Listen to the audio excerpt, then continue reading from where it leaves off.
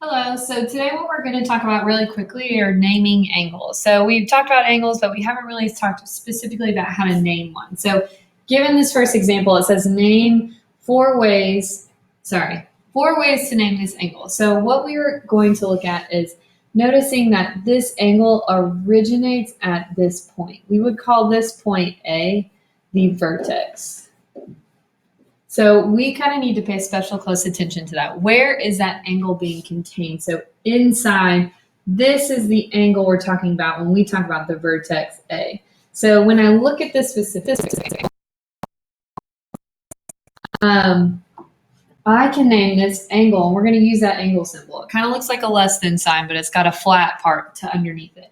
I can name this angle A. I can name it angle A because the vertex is at A. There are no other adjacent angles, so no other angles share that vertex. So in this situation, I can name this angle A. I can also name this angle, and this is very important. I can name this angle B, A, C. And the reason I can do this is because A is in the middle. So I like to call this way point, vertex, point. Some random point B heading towards A, the vertex, and then back out to C. This is also naming the same angle A because the vertex A is in the middle. So on the flip side of that, I could do the reverse of that. I could call this C, A, B. Notice again, the vertex is in the middle. So I can name this point, vertex, point in any order, it doesn't matter. And finally, there's one last way that I can name this, and I can actually name this angle 1. Why can I do that? Because they wrote 1 right there in the corner. So anytime I see a number there, I can say, oh, well, that's another way to name it. Now, don't add a number unless it's already there, okay? So for example, when I look at number 1, in this example, I don't have a number. So I can actually only name this 3 different ways.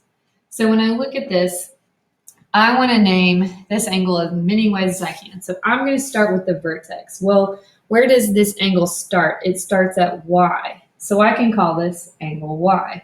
Notice my Y is capital because it is big as my angle sign symbol. You could also write this angle Y like this. However you kind of want to write your Y, just make sure that it looks uppercase. I can also name this using point, vertex, point. So I can name this X, Y, Z because I said point X, vertex Y, then the point C. Notice how I traced it there. I can say X, Y, Z traces this angle at Y. In the same manner, I can call this Z, Y, X because again, Y is in the middle. So when I trace Z to Y to X, my vertex is still at that Y. It's still in the same place. Now I can't name it anything else because there's no number there. So that's as many ways as I can. So I want you to go ahead on number 2. I want you to name number 2 in 4 ways.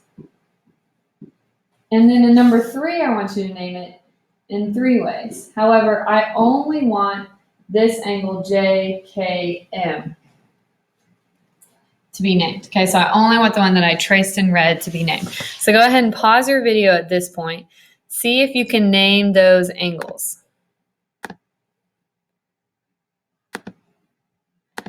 Notice how in number 2, I named this angle angle 1. Why did I do that? Because there's a 1 in this corner. I also named it angle B because that's the vertex. Notice I use my angle symbol in all of these examples. You have to add that angle. I also did C, B, A because notice how in blue I traced that. And then if I do the same thing in green, A, B, C, I'm naming the same angle. So in number 3 is a little bit different. Notice I did not name this angle K. And the reason is I cannot. If I name this angle K, I wouldn't know what I was talking about. Would I be talking about the one that I traced in red, or would I be talking about the one that I traced in green? Or maybe I was talking about the whole big angle K. Who knows? That's why we're not going to call, in this first example, we cannot call that K because it's not specific enough. These angles are what we call adjacent. They're directly next to each other, okay? So that means when I have that happening, I cannot use just the vertex. I need to use the number they gave me, so angle 2, or the point vertex point form. So specifically, angle JKM, point vertex point would name that angle 2, just like MKJ would do the same. So sometimes that gets a little bit tricky, but I think you'll have no problem with it. So if I keep scrolling down the page and I look, I want you to determine if each set of angles are adjacent, a linear pair, or they're vertical. So I'm going to look at 4. It's talking about angle 1 and angle 2. Notice angle 1 and angle 2 will be associated with this picture. So I can go ahead and underline this. And then the remainder of these, more fancy using that point vertex point form, are going to be associated with that green. So if you want to go ahead and pause your video, pause it now and see if you can figure out what are adjacent, what's a linear pair, or what's vertical. So hopefully you tried it, and if you didn't, hang with me. We'll try it out. Pause it at any time to see if you can figure these out on your own. So when I look at angle 1 and I look at angle 2, so I'm looking at example 4.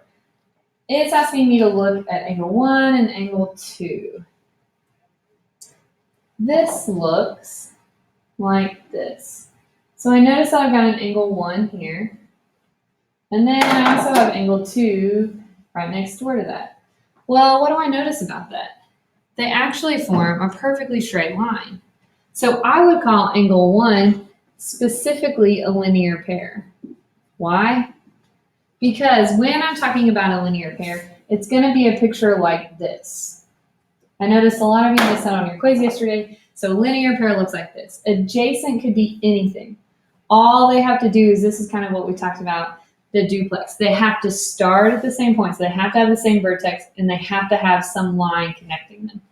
Other than that, adjacent could look like a linear pair, or it could look like a right angle. It could look like anything.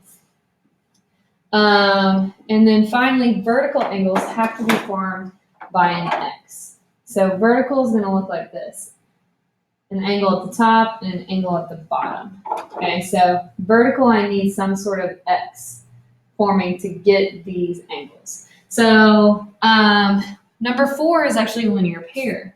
When I look at that same picture, well, now I'm looking at 2 different angles. I'm looking at angle 3 and angle 2. Well, they don't look vertical because they're not across from each other. They are adjacent, but even more than that, they form a straight line. So these are, again, a linear pair. And my next example, AOE. So AOE, notice how I trace that, this point vertex point form. And then COD, I'm looking at this angle and this angle. These look like one of my pictures. These are actually vertical. Why? Because I can draw an X, a perfectly straight line like this, to create my vertical angle. So if I had a line that looked more like this, and then this, these are not angles because this is not a straight line. I had the bend here. So be careful on vertical. It has to be perfectly straight lines. So let's look at our next one. AOB, whoops, went too far. AOB, AOB, and BOC. Well, those look like they share a vertex, and they do. Notice they both share an O. So I'm thinking these are probably adjacent or a linear pair. They could be vertical, but I notice they're not across from each other. So this angle and this angle are actually right next to each other. I would call these adjacent because they are not, the angles aren't opposite from each other, and they're not a linear pair. They don't form a line. Let's look at our next two.